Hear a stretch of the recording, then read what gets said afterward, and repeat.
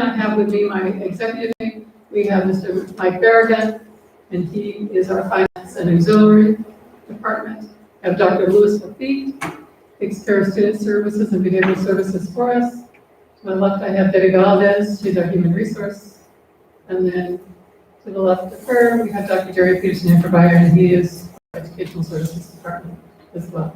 So we're going to go ahead and begin with the presentation. And I'm going to turn it over to Mr. Berrigan at this time. Well, thank you. As the superintendent mentioned, good evening. The presentation before you is really going to walk you through some of the rationale and the thought and the presentation and the conversations that have happened. If you see, the strategic goal is that the district will ensure financial solvency by providing the community a multi-year process of reorganizing boundaries and repurposing schools by June 2021. Conversations and presentations on this subject have occurred beginning February 9th of 2019. And that was, all those dates that you see there, those were formal conversations that the administration has had with the board, study sessions with the board. They've all been available either in person, prior to the pandemic. And that information, those videos are available online. I would encourage you to spend some time on looking at those. You have the dates there, and I would encourage you to see that. And you'll hear the concerns that have been raised and the reason for moving in this direction in more detail. The rationale for phase 1 and phase 2 is related to declining enrollment. In declining enrollment, we're going to get into that a little bit more, was pre-pandemic. Population density, the life of the facility, program changes and statutory requirements, all those factors were taken into consideration, which we then gave the governing board a recommendation. The reason that you're seeing the slide talk about enrollment decline is because there's misconception out there of why this is occurring. And so what we wanted to provide you is enrollment concerns were communicated to the board December 2016. The School Facilities Board, which is a state agency, has listed our district as the top 10 or within the top 10 districts that are losing enrollment, or what the technical term is average daily membership from a funding perspective. And it first began on June 15th of 2017, and you can just see that their independent reports identify the district as losing significant enrollment in the state. The Auditor General's, which is another state agency, as early as this morning, had us decreasing at 16%, and they're going 16% from 2014 to 2020, and they're saying within those years the district has declined 16%. In 2019, they just had us as decrease. In the prior year, their term for us was a large decrease, and then in 2017, the term they used to describe our declining enrollment was a moderate decrease. There's a link to this website. I would encourage you to please look at it. We've actually clicked on it during governing board meetings because what we want to show you is that the Auditor General's office indicates that over the last several years, so their analysis is a little bit shorter, but they'll show you that the district in their mind has decreased about 32% when you take the last couple of years into consideration. So you're hearing 16% because it's a longer time frame. Theirs is a little shorter, and it has it at about 32, 33%. You're going to hear me talk a little bit about enrollment, and then there's ADM, average daily membership. And the best way that I can explain it this way is if you go to your child's class, let's just say for an example, like easy math, that you see 20 kids, specifically like in kindergarten. When I see the report, we only get paid for half. So for every 20 that you visually see, we get funded for half that, for 10. So average daily membership generally is going to be lower than your enrollment figure. So again, you see 20, I see 10. And this enrollment, what's important about this slide is we work with a demographer who helps us understand what our demographics and the demographic changes are going to be and what that population might be over the next decade. And so I think it was in December, we were meeting with him and he said, your enrollment today is less than what it was in 95, 96 school year. And I believe at that time we had 12 schools. Today, we're at 10,326 on enrollment, was his projection, and we're down and we have 17. And you're going to see, again, it's a little technical, but we think it's important. From 2001 through 2020, that's information. You can research that at the Department of Education's website, and you're going to see that what we call 100th day. So again, what we're getting paid on, which is a different number generally, is what it has been from 2001. And you can just see, at least in 2007, I think it was our highest, 13,057, and then what happened in 2008, 2009, right? And then you can kind of just see it kind of decrease, and it slightly went up. And I believe it was between 2014 and 2016, it was somewhat flat, but then in 2017, you just saw a 440 decrease from 2015 to I think 2017. And then it just continues to decline. Last school year, the 2020 school year, 100th day, again, it's based on funding, was 10,813. We knew, because of the demographic study, that we were going to decrease by 3%. The prudent thing is you account for that decrease so that you're not anticipating more money, or that you're getting the money that you're getting for the students, right? So we decreased that to 10,500. And then guess what happens, right? The reason we're all wearing this mask. But the projection of a decreased enrollment was in our forecast prior to the pandemic. And so the figures on the 2022 through 2029, that is pre-pandemic projections of where our funding levels would be. So no matter, the decrease was just continuing. It just got a little worse. This information is really by site, and you can see, and I would encourage you to look at some of the data, because we need to be thinking about the future. We need to be thinking about long-term sustainability. And so that you can see, even if you take 2019, 2020, 11,449 to about 9,542 over the next 9 years. And again, this information is pre-pandemic. The darker the blue, the worse the decrease gets. The red, or the redder it gets, the brighter the red is, the better it is. But you can see that. If you just look at 2014 to 2029, there's a lot of blue.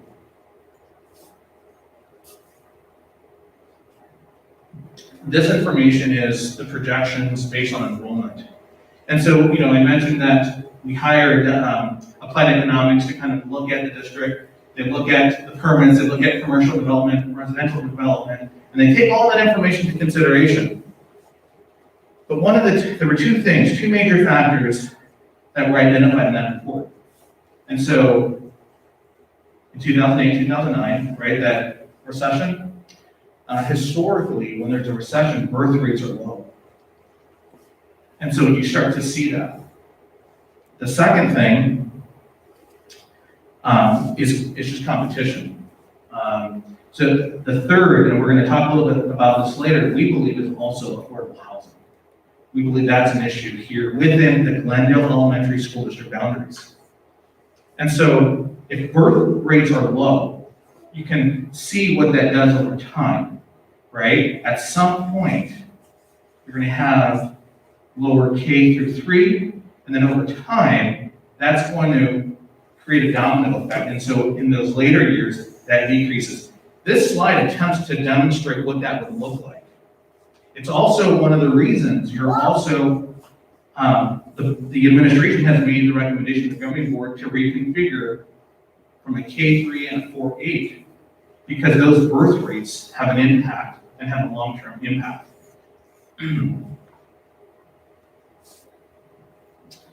Ironically, I think it was Thursday's Glendale Star, article had how affordable housing is becoming more of a challenge. So either you have to go south or you have to go far west to get affordable housing. We believe that also has been an issue for the last several years, and we believe that's also going to be a challenge moving forward. And so the timing, I just thought that it would be good for you to see that. And this is only like the headline, right? I would encourage you to read that article, and again, it was Thursday or Friday's release. This is an attempt to simplify the challenges that we're currently facing. This year's deficit is projected at about 14.3 million. And what I want to make sure that we all understand that the information does change, changes monthly. As we get closer to the end of the school year, we'll have those final numbers. And so our attempt to the governing board is to just let them know where we are at a point in time. And this attempts to do that. And so what we want to also show you is that there's big conversations, well, you're getting federal monies, right? And that's true, that is. We're using a portion of that to offset what we call the maintenance and operation budget. So for example, where you see that 1.9 million, we actually received about 4.6 million. The difference between the 4.6 and the 1.9 was really used to purchase those things that were necessary, such as the PPE and masks. All those things to make sure that we were in a safe environment. It also included the expense for the geo-learning, right? The distance learning components of that. We had to buy software, we had to buy devices to be able to accommodate our students. We're also receiving about $4,025,000. We're using 3.2 to offset that deficit. The difference is just being used for insurance-related items. And then the more recent, which I think became public, we received the final amount, I think it was last week. We are expected to generate about $19.8 million from the federal government. 9 million of that would be used to offset this year's deficit. So if that occurs, then we have a balanced budget. I'm just a big believer that trust but verify. This particular slide is a report done by the Department of Education. And again, it's a portion of that. It's a 3-page report, but it shows you, at least from their perspective, that 13.9 on the round to 14 million, they anticipate it being 14. We have it a little bit higher, but as you can see, we're within 98, 99% of our estimation to theirs. And so I would encourage you to look that report up because it will validate some of the concerns that we're bringing the board and the community. For next year, we believe that to grow, and that's more like an $18.1 million deficit. So I mentioned we're receiving about $19.8 million in federal dollars. About 9.1 or so would be used in this current year, which means that there's about $11+ million left in the new year. That would be used to offset next year's projected deficit. So does anyone ask, what's next year's deficit? $18.1 million is what's projected. Again, with every month we revise these, we let our board know so that they're up to date with that information.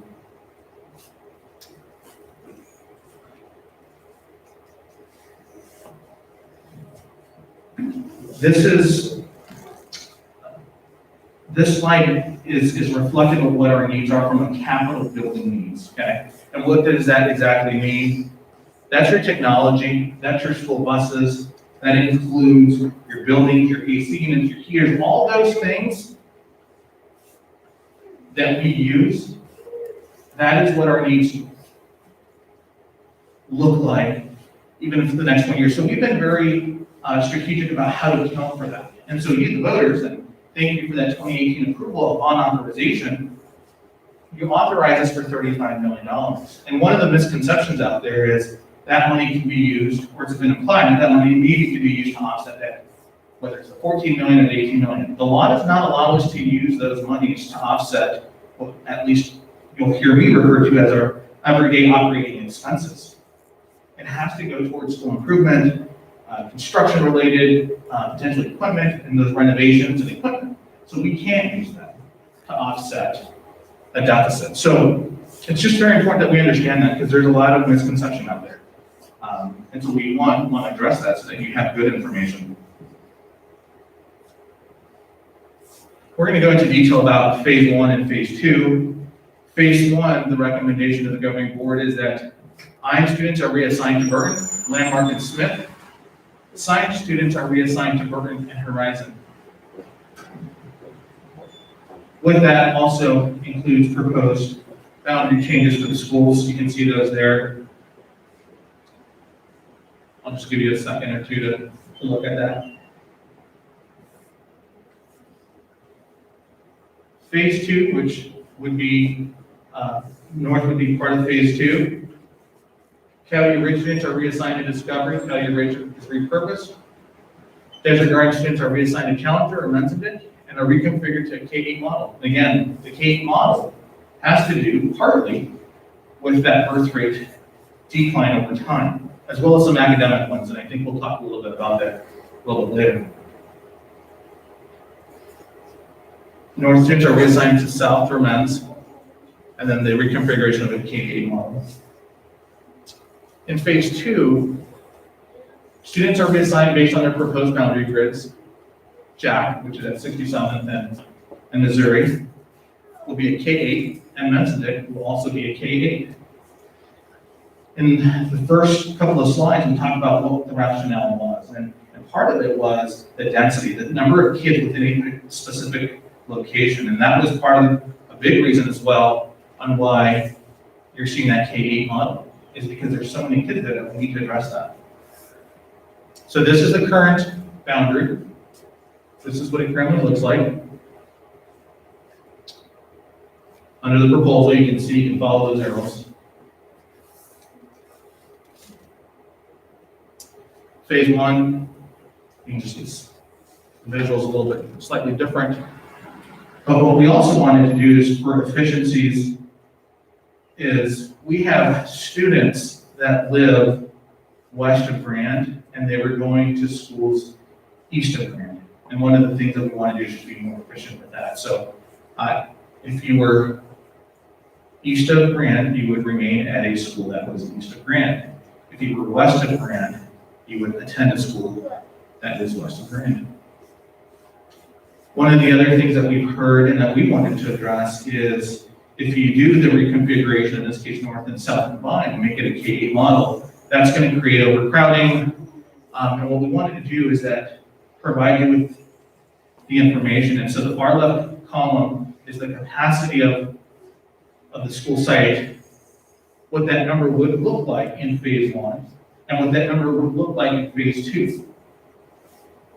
And so you can see that every school can absorb that change of that proposal. And if it couldn't, that we would obviously want to make accommodations to make sure that we could make those accommodations. But in this scenario, we just don't see that. Class size, the first group asked questions about, are my class sizes going to be bigger if you do that?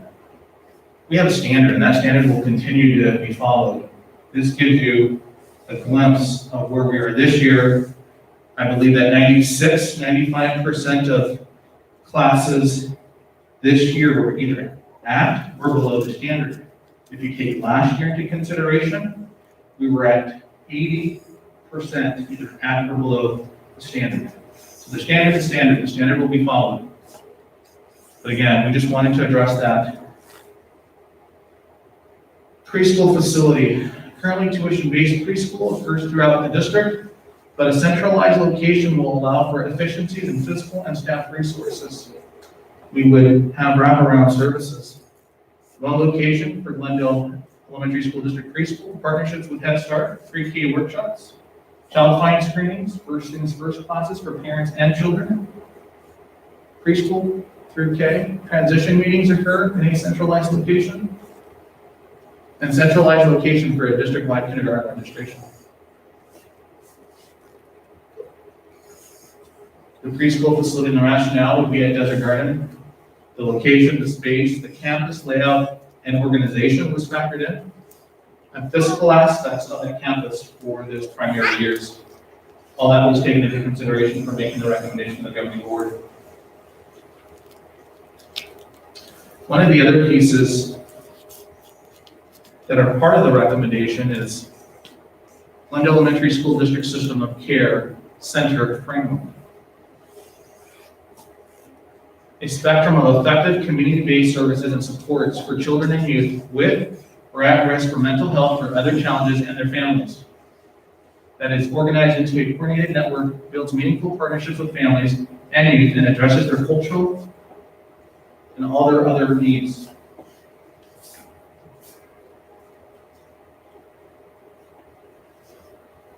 Expand the implementation and continued support services for students and families, increase health awareness, literacy for our students, families, staff to improve the quality of outcomes. And then you can just see kind of what the intent and the rationale is for that systems of care.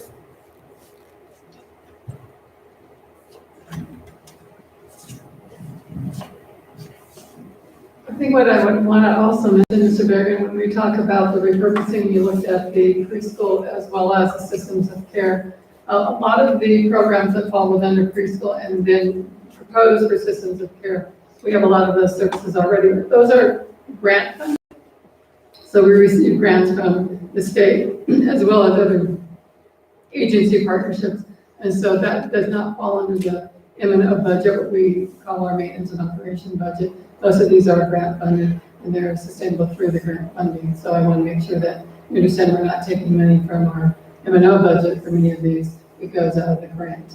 The exception would be some of our preschool, which we're required to have for those eligible kids for preschool services. But also we do have preschool services that are strictly funded through grants as well.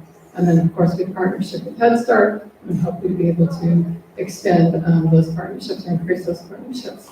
Systems of care, this is something we've talked about for a couple of years within the district. We really want to be able to meet the needs of our families. We know that our families have some high needs as well as our students with some of their behavioral needs that need to be addressed and social and emotional. I'm very concerned coming through this pandemic, and we know what we've seen some of our families and our students struggling through this with some great social and emotional needs. And we would like to provide wraparound services to the systems of care. Also, we'd like to look at trying to partner with a medical facility used as a clinic for our families as well, so that we could have a complete service. We do have conversations with organizations all the time that would like to come into our facilities. It just makes sense to do it at one location. The system of care where we chose Coyote Ridge is because it's on a main thoroughfare. It is not embedded within a community of houses, like in a neighborhood situation. It sits on a main thoroughfare, which allows for public transportation, and it gives the appearance of it's not just in the neighborhood where it belongs to a particular neighborhood. It would belong to the entire GSD community.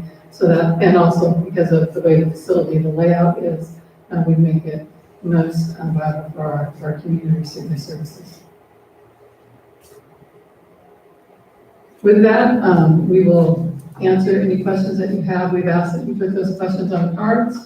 We will go through those. We have FAQs that are already out there, frequently asked questions that we've answered. They are on our website. This presentation will be on our website as well. And then any other questions we will also, that you have tonight that we haven't answered, we will place on the website. Because of the proposal of North in phase 2 that's takes place in the 2022-23 school year, it's that shift from a K-3 point model to a K-8 model. And if that was the direction in which we would go, then we would come back to the North and South community and talk about what types of services do you want to see in that K-8 model. Within the GSD, we already have a K-3, 4-8. Obviously, we have a couple schools with that, but we already have K-8 models, and we would like to get input on what you would like to see to make sure that stays in place for an easy transition for your child. Any questions at this time that we can go through?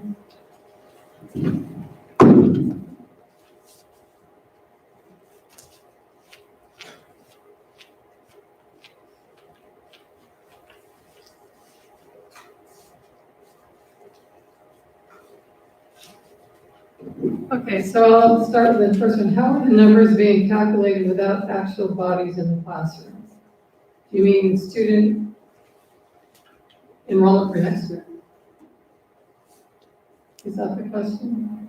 Yeah, like in my current guys, you can kind of answer it already. I was reading.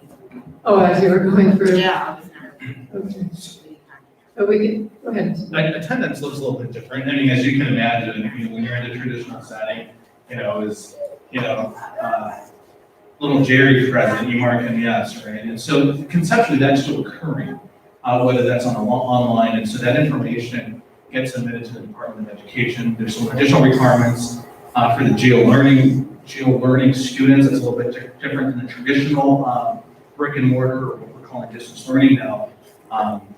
And so that all has to occur. Parents are involved with attestation forms, minutes need to be recorded and submitted to the district when we submit that to the Department of Ed. So I hope that answered your question. But attendance still occurs, it does look different.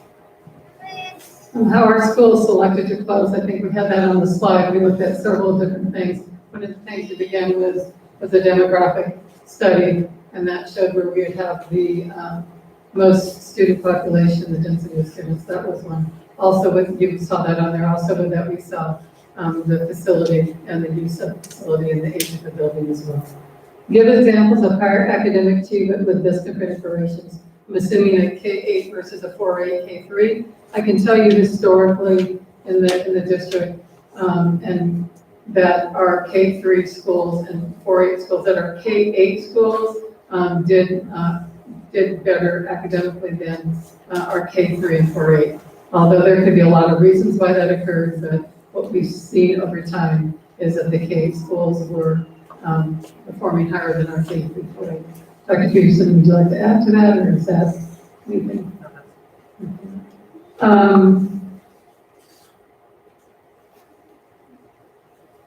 We'll go to the next one.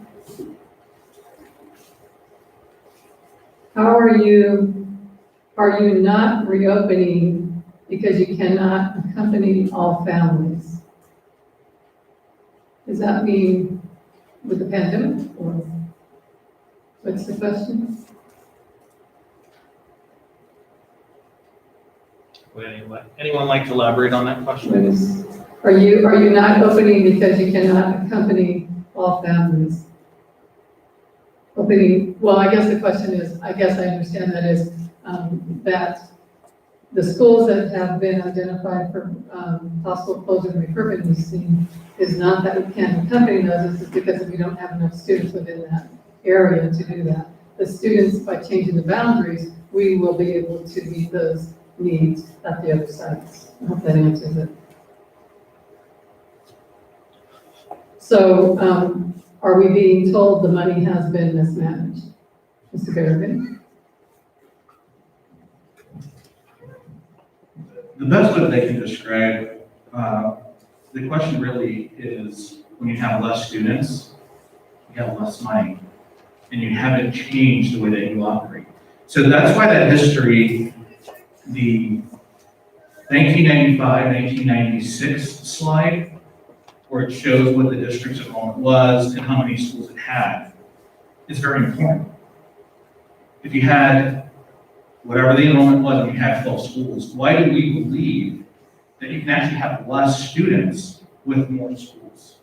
So by continuing to operate, you're overextending yourself, in this case the district, because it has less efficiencies and less revenue coming in. When you look at whether the district has mismanaged, the district has done more with less. State funding, lower enrollment, but at some point, when your enrollment decreases by 2,100, and is projected to continue to decrease, something has to change. And the easiest example that I can give you is this. If your take-home pay is, say, $500, and your boss, for whatever reason, tells you your new take-home is $300, and perhaps your expenses were $400 for the week, did you mismanage? I would say that you lost pay, and you can't continue to afford whatever your expenses were. Very similar. I hope that answers the question. If phase one should happen, how many teachers will be unemployed? Currently, we have average, unfortunately, anywhere to 120, 140 maybe turnover of teachers each year. We currently do not anticipate at this time, because of the turnover, that we would have teachers that would be unemployed. And so we actually get those contracts back in that, but we don't foresee that just because of what we have by it. We've been able to take care of that. We've hired so many each year that we don't believe that would be the case at this time. Students would benefit with 2 teachers in class co-teaching. I don't think anyone would disagree with that. However, that is a cost as well. Why Byside North? There are many families in this community. What is the plan for the property? Well, we addressed why Byside North. It's because of what we looked at with the decline in student enrollment.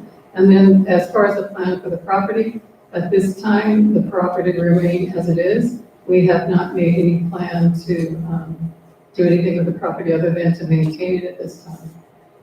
Why aren't other districts closing schools, or are they? There are other districts that are closing schools that are declining enrollment or facing those. We talked about one thing, Mr. Bergen was talking about mismanagement of money, and you don't want to mismanage funds. And when you do that, we talked about you go into a state receivership. We do know there is a district currently in that process that are closing schools. They did not manage their money well, and the state has overtaken them. So we have other surrounding school districts who are in declining enrollment, and we would anticipate, I guess they would be looking at closing schools as well, but to that exact number, I couldn't answer that. And I think the other piece too is that there are school districts that are increasing enrollment. There are committees out there that are scheduled to build 6,000 new homes in 3 years. That's a lot. Just look at, I think it's important, look at Glendale Elementary's boundaries. There have been residential, construction, but it's not sufficient to maintain it and make it sustainable for the next decade. So please take that into consideration. Every school district situation is unique, and there are a lot of different factors. But I think, as the superintendent mentioned, while these recommendations are difficult, the reason that the recommendations before the board is so that there is not a state takeover. The superintendent mentioned it. It's a school district somewhat southwest from us. They went into receivership. We're trying to avoid that by making this recommendation to the governing board, because the board does nothing. The law says that a school district that grossly mismanages its finances, and you can see that the revenue loss is like 23%, that this shall occur. And so the governing board, and frankly, the committee, loses its local control that at least we believe is very valuable. Your board, the governing board, knows its committee better than some state bureaucrats. And that's an attempt to be fiscally prudent. And we understand those are difficult decisions, but they are also necessary decisions. I think, Mr. Bergen, also what we want our families to know and our students to know, that while they're difficult decisions, we will do what we need to put students in the correct boundaries, the schools in which they will be transported to, but through all that, in order to be financially solvent, but we will not compromise the education that they see. We will not take services away from them. We want them to have, if at all possible, you saw it through the systems of care, we want them to have more services. So we will not take away from their instructional programs. We want to be able to maintain instructional programs and still provide the best quality education. We do believe that Glendale is a better choice for students, and we will continue to offer those programs for our students. I think that will be critical for if we get to the phase 2 with the 4A and the K3 merged together, that parents we listen to our parents and say, what are some of the things some of you may have experienced, your other children in the K setting, and what are those things that are your concerns, and what are those things that would you like us to address, and this would be the opportunity for you to do that. We always want to do what is the best for our students as far as the delivery of their instructional program. So with that, we will always keep that That's the most important thing to us is what students will receive. And that's one of the questions we've always asked ourselves, as long as I've been superintendent, now is what do kids get? And that's extremely important to us. Unfortunately, we're in a situation in which we have to move kids so that we can maintain financial solvency, but still offer those best quality programs for our students, and we are committed to that. With that, we thank you so much for taking time to come out and listen to the presentation. It will be posted on the website, as we said. We'll update frequently ask questions. At any point in time in which you have additional questions, please you can contact us through the website, and you can also contact your site administrators, your principals and assistant principals, and they can get those questions to us as well, and we're happy to answer those. But again, thank you so much for taking time to come out and listen to the presentation.